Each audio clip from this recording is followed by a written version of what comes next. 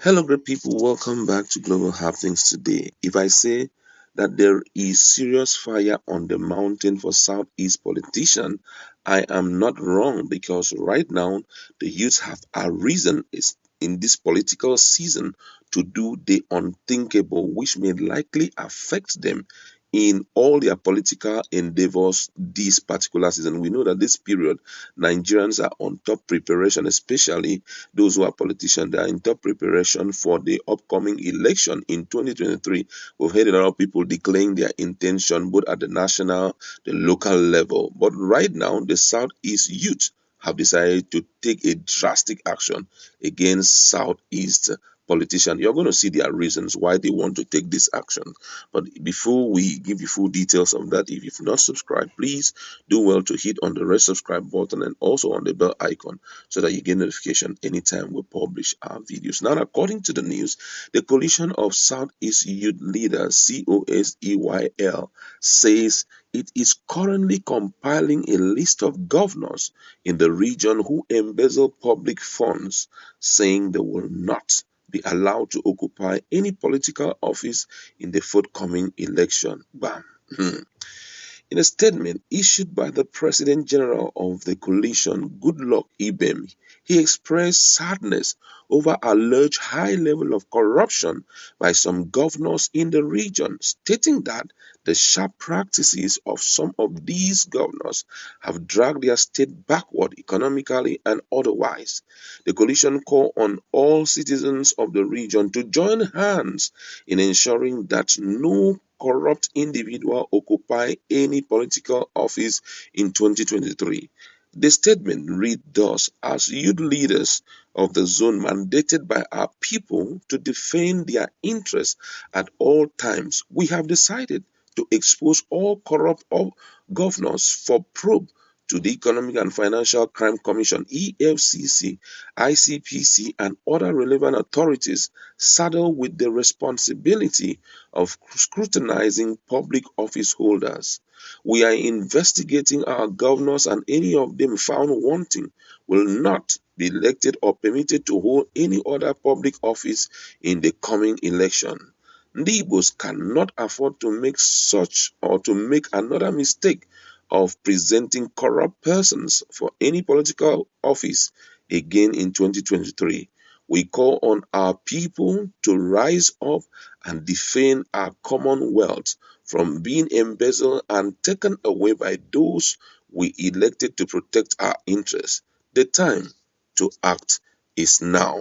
Wow, this is very interesting. But at the same time, before I talk about this expressly, I'd like to emphasize that the issue of exposing public office holders should be done nationally and not regionally. Yes, I know that they have good intentions for their people and all of that, but most of the time, this thing a kind of just it comes down from it trickles from the national level down to the state level. But also, I feel that the step that they're about to take is right.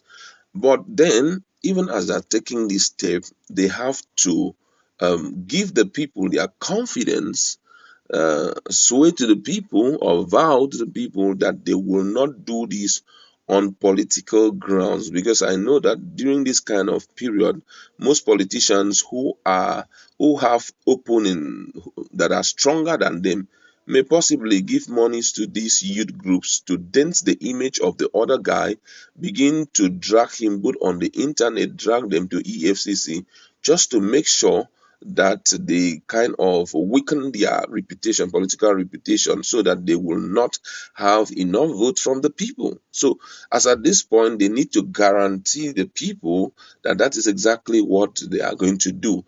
But then, even as they are going to, they will give the people that promise, they must also do it with great wisdom. But I advise it should be done nationally, because most of the time the people at the helms of affairs nationally are the ones influencing things to happen. We know that in Southeast there is a lot of marginalization, but there are people too who are helping to enhance that national marginalization. Someone once said something. He said, Southeast is marginalized. Yes, it's marginalized. But the big question is, when they are giving the monthly allocation, are we being deprived of our own? No. When they are keep giving security votes to governors, are we being deprived? No. When they are doing this and that, are we being deprived? Someone said no. He now said it therefore means that even when we are being marginalized nationally, well, the bulk of the marginalization comes from our own leaders. I saw a picture recently of a particular area in Abia State where gully erosion has taken virtually everything out of that community. If you see the gully erosion, you even see pipes, that is, these oil pipes, passing there. And the big question is, has it not been reported to the governor? It has been reported. So why is it that it has been left, just there, and day after day, it is claiming the houses and claiming the lands of the people? These are some of the things that trigger this kind of action by youth groups like this.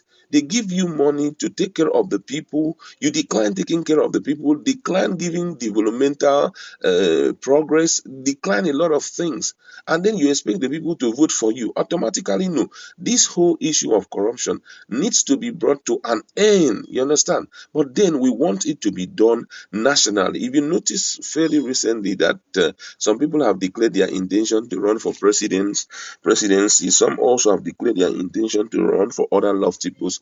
But some persons, immediately they declare their intention, people from nooks and crannies are talking ill about them, trying to spoil them, though we know possibly they are not performing well. But then you see that the way the people are taking their issue on their head, is so much. Just to tell you that, they could be an invisible hand of a politician in the whole push.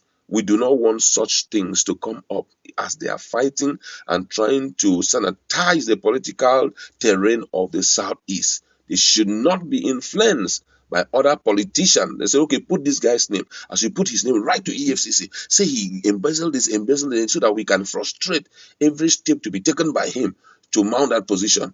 And by the time you finish doing that, they will now bring forth their own corrupt leader to rule the people, which will keep the train going from one corrupt person to the other. Wisdom here is very, very important. They must apply wisdom. And also, EFCC should not relent, because it's not just rolling out those names.